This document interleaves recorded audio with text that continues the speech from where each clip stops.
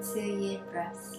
This is a video about Yin Yoga, and I will be sharing with you one yoga pose that you can do at home, which will be targeting today into the shoulders and the upper back area here, and it comes down into the outer side of the arms as well. Okay, as we come and touch a little into the meridians and two meridians today, which will be the small intestine meridian, which runs into the shoulder blade area, as well as the triple bundle meridian, which comes all the way up and into the top and back side of the shoulders. Okay, so for this pose, you will need some props. It's an option.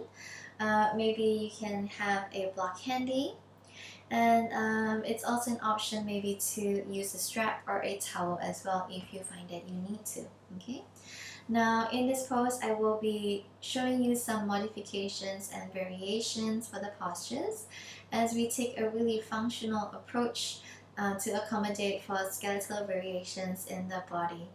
Now, skeletal variations is something that exists in each and every single one of us and in each and every single part of the body as well.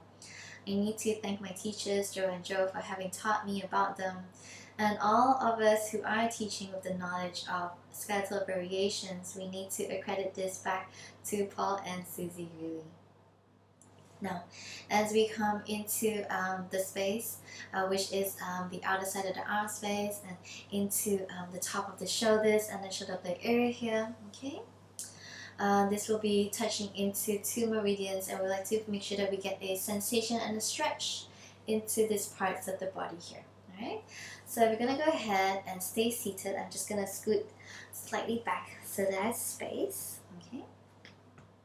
And I have a prop handy just in case I feel that I might need it. Okay, I'm having this in front of me. Now I'm going to cross one arm over the other, so cross all the way at the elbow joints.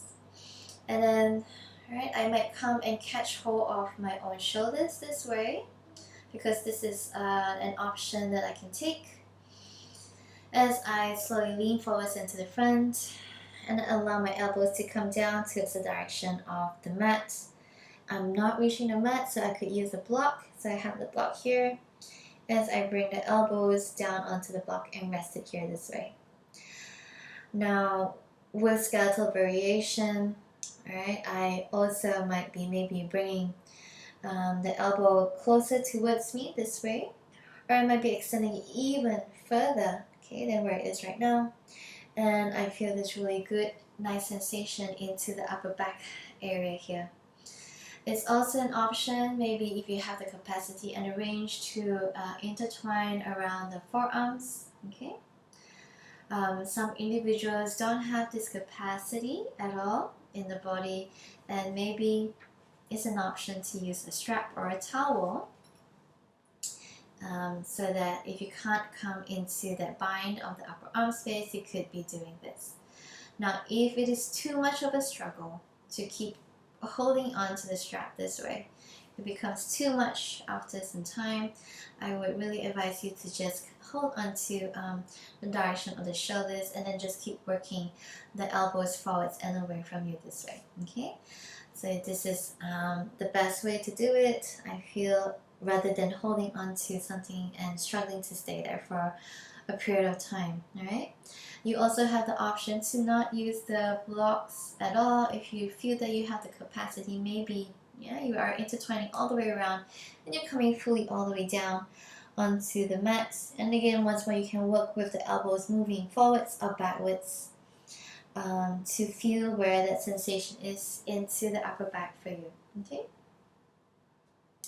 so staying in your variation for about 30 breaths, which is the equivalent of 3 minutes. And don't worry about whichever variation or modification that you're doing for your body. This is really what we mean by functional yoga and a target area, because whether you are here or here or here or here, the area that we're coming into is still the same. It's still into the upper back and into the shoulder area here. Alright, it doesn't change. It's just that it looks different from individual to individual, that's all. Maybe you've seen, and you think that, oh, this is like the perfect pose. No, that's not such thing. What you are doing for your body is the perfect pose, okay? So after you've done, for the 30 breaths, you can come out and release, and maybe stay here for a little while before you come into the other side. And when you come into the other side, maybe what you're doing on the other side will be entirely different from what you did on the first side. On the second side, maybe you are doing something entirely different altogether, or the angle of the arm is really different as well. But just allowing the body to feel what it needs to feel where the stretch feels good for you when you come into the pose. All right. This is really truly what we mean by a functional approach to yoga. So when you release now on both sides, and you come into the release, you can again rest the palms on top of the knees, or just allow the arms to hang down by the sides. Maybe feeling the sensation of the energy, especially into the upper back area here. Maybe feel a sense of space being created as you feel into the shoulder blades, and then the back of the arms and the outer side of the arm space as well, as we feel into the triple burner and the small intestine meridians in the body. Okay, so I hope that you found this video interesting, beneficial, and useful for you, maybe even a little insightful. And you might apply some of this knowledge into your practice moving forwards. Whether it is a yin yoga practice or any other asana based practice at all. So I'd like to thank you so much for joining me. Thank you so much for your time, and I hope to see you in the next video